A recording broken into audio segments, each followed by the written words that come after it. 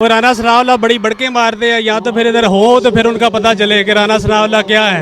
वो सिर्फ बड़के मार सकते हैं, कुछ भी नहीं कर सकते। अच्छा, खान साहब पहली दफ़ा पाकिस्तान की तारीख में पहली दफ़ा फैसलाबाद के हलका से इलेक्शन लड़ रहे हैं, तो क्या जज्बात है फैसलाबाद के लोगों के? आपको जज्बात का मैं बताऊं, मैं खुद फैसलाबाद से बिलोंग करता हूँ। खान साहब जिस हल्के से माशाल्लाह इलेक्शन लड़ रहे हैं, लोगों का इस कदर जज्बा है कि लोग ये चाहते हुए कि ये वोट खान साहब को डायरेक्ट डालना है।